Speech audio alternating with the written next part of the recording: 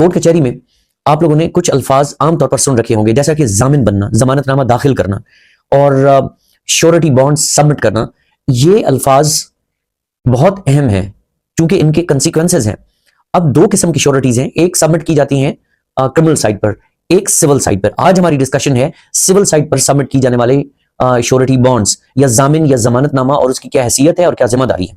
इसके ऊपर एक रीसेंट जजमेंट आई honourable Lahore high court Lahore की, and that judgment is 2025 MLD 1156। ये लाहौर हाई कोर्ट की जजमेंट है जिसके अंदर सिविल साइड पर जहां अदायगी मकसूद हो और अदायगी की बाबत कोई अदालती डिक्री मौजूद हो तो उसकी सेटिस्फेक्शन के लिए क्या जरूरी है और जामिन की या श्योरिटी की क्या जिम्मेदारी है, और क्या जजमेंट डेटर की वफात के बाद भी श्योरिटी की जिम्मेदारी बरकरार रहती है। यहां आगे चलने से पहले मैं आपको क्लियर कर दूं ये टर्म्स क्या हैं।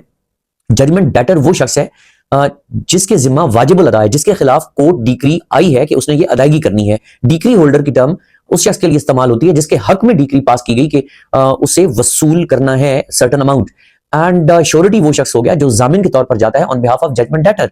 तो इसके अंदर अदालत ने बड़ी स्टार्टलिंग ऑब्जर्वेशंस दी कि जजमेंट डेटर की वफात के बाद भी श्योरिटी की जिम्मेदारी खत्म नहीं हो जाती, क्योंकि जब वो श्योरिटी बॉन्ड सबमिट करता है तो वो इसकी जाती तौर पर जिम्मेदारी कबूल करता है अदायगी की। सो इसके ऊपर मैं शॉर्टली आपके साथ वो पॉइंट्स डिस्कस कर लेता हूं।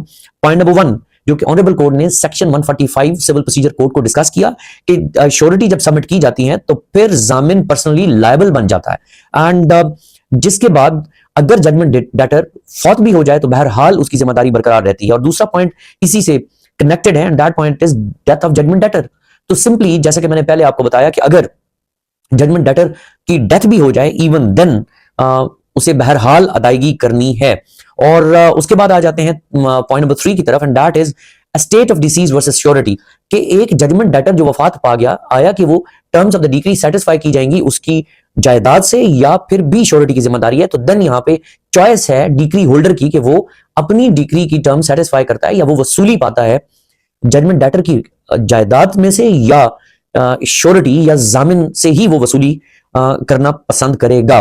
तो इसके ऊपर जो पॉइंट नंबर 4 है वो प्रीवियस जजमेंट्स हैं या जो केस लॉ है उसको भी बड़ी उसके ऊपर एग्जॉस्टिव डिस्कशन की गई और उसको भी रेफर किया गया। और फिर ये सिंपल अगर मैं एक अल्फाज में बयान करूं तो वो ये है कि जामिन की जिम्मेदारी असल मकरूज की मौत के बाद भी बरकरार रहती है। That's crux of the matter.